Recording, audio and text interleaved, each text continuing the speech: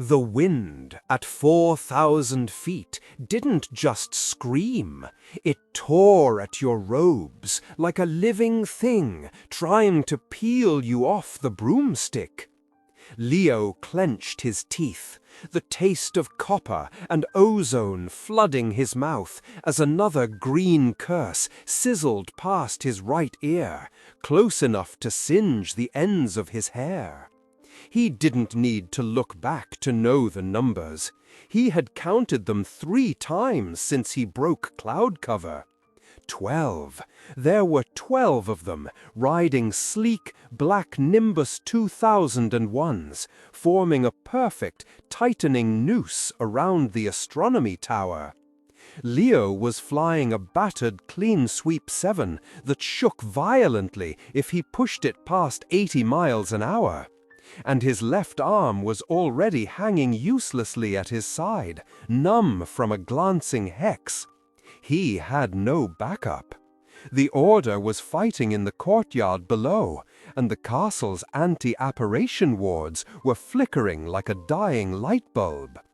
If that formation of Death Eaters reached a casting position above the Great Hall, they would rain down enough explosive curses to bury half the school in rubble. He had maybe 40 seconds before they established their perimeter.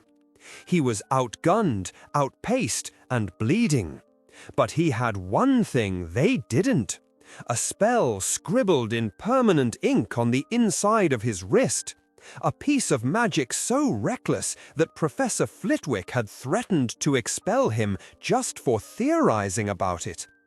It was a dragon handler's kinetic charm, designed to help 5-ton beasts decelerate, but Leo intended to use it in reverse. Everyone told him it was suicide.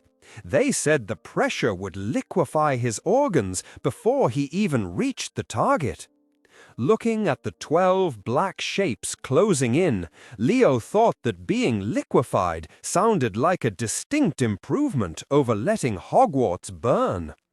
If you want to know how this forgotten Gryffindor turned a suicidal dive into the most devastating 4 seconds of the aerial war, stay with me until the end of this story. It was May 1998. And the war had turned desperate. Leo wasn't a prefect, and he certainly wasn't a dueling champion. He was the kid you picked last for Quidditch because he had a habit of flying too fast and breaking too late. He was a benchwarmer, a mediocre student in Transfiguration, and invisible to the teachers unless he was blowing something up. But in war, invisibility is sometimes an asset, and recklessness is sometimes the only currency left. While the stars of Gryffindor were practicing disarming charms, Leo had spent his nights in the restricted section, looking for something that could level the playing field against superior numbers. He found the Aeroboric Squeeze. It wasn't a combat spell. It was an obscure piece of atmospheric magic used by Romanian handlers to create a cushion of high-pressure air around falling dragon eggs. But Leo had realized something the books didn't mention. If you cast it on yourself while diving at terminal velocity, you didn't create a cushion. Read the following story. A curse clipped the tail of his Clean Sweep, sending splinters of enchanted oak flying into his face. Leo yanked the handle up, forcing the old broom into a shuddering climb. He needed altitude. The Death Eaters, arrogant in their superior numbers, didn't bother to chase him immediately. They laughed, their masked faces upturned, watching the lone boy flee into the clouds. To them, he was a coward running from the inevitable. That was their mistake. They were thinking like duelists, looking for a fight on the horizontal plane. Leo was thinking like a projectile.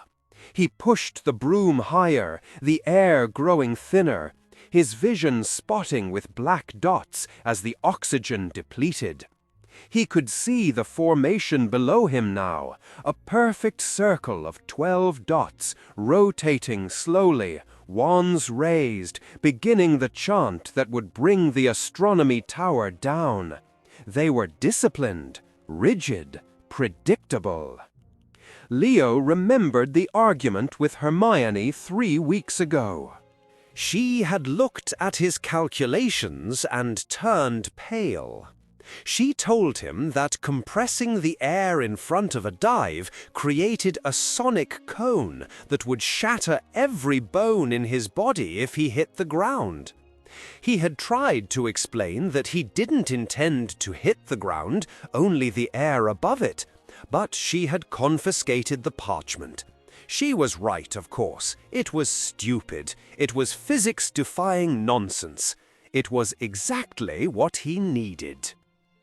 He leveled out at the apex of his climb. Below him, the clouds parted, revealing the battlefield. The 12 Death Eaters were 500 feet down, stationary, focused on the castle. They were the anvil. He was the hammer. Leo took a breath that felt like inhaling crushed glass. He pointed his wand not at the enemy, but at his own chest. "Sphera barometris," he whispered. The magic didn't feel like a shield. It felt like being wrapped in a lead blanket. The air around him shimmered, thickening, becoming heavy and viscous. His hearing cut out instantly. "Read the following story with a warm, deep, and whimsical British accent, similar to a classic fantasy audiobook narrator." The pressure sealing his ears. Now the only sound was the thumping of his own heart. If this forgotten legend of Hogwarts is already touching your heart, and you'd like to help keep these stories alive, you can support the channel by clicking the thanks button below the video. Every little bit helps me continue bringing you more hidden tales of courage and magic. Leo kicked the broom handle forward. Not a slope, a vertical drop. Gravity took him instantly. The acceleration was brutal. Usually, wind resistance would cap his speed, but the sphere of compressed air around him acted like a glistening prow, parting the atmosphere with zero drag. In 1 second, he was falling at 100 miles an hour. In 2 seconds, the vibrations in the broom handle stopped because he was moving faster than the wood could shudder. He was a blur, a streak of distortion in the moonlight. 3 seconds, the pressure inside the sphere became agonizing. Blood trickled from his nose. Floating upward in the vacuum of the charm. Below, one of the Death Eaters looked up.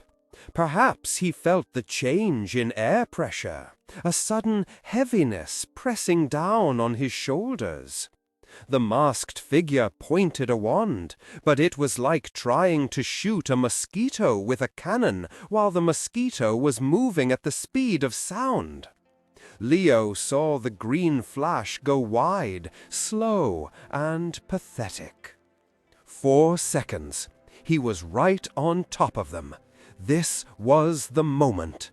The suicidal part. He didn't fire a curse. He didn't try to break. He simply cancelled the spell. Finite! The effect was instantaneous and catastrophic. The sphere of super-compressed air, no longer held in check by magic, exploded outward with the force of a thunderclap. It wasn't fire, and it wasn't dark magic. It was pure physics. A shockwave of solid air detonated in the center of the Death Eater formation. The result was chaos. The meticulous circle was blasted apart as if a giant fist had punched through the sky. Brooms snapped like matchsticks. Wards shattered with the sound of breaking glass. The 12 dark wizards were hurled in 12 different directions, tumbling uncontrollably, their robes flapping violently as they were knocked unconscious by the sheer concussive force. The spell they had been weaving unraveled, dissipating into harmless sparks. Leo, at the epicenter, took the recoil. His clean sweep disintegrated into sawdust. He felt his ribs crack, a sharp, hot pain that flared and then vanished into darkness as he spun away, free-falling toward the Quidditch pitch. He didn't remember hitting the sand. He didn't remember the Order members rushing to find the source of the mysterious explosion. He woke up 3 days later in the hospital wing, wrapped in so many bandages he looked like a mummy. The castle was quiet. The battle was over. Madame Pomfrey was fussing over his chart, muttering about students who didn't know the difference between flying and falling. No one mentioned the 12 Death Eaters.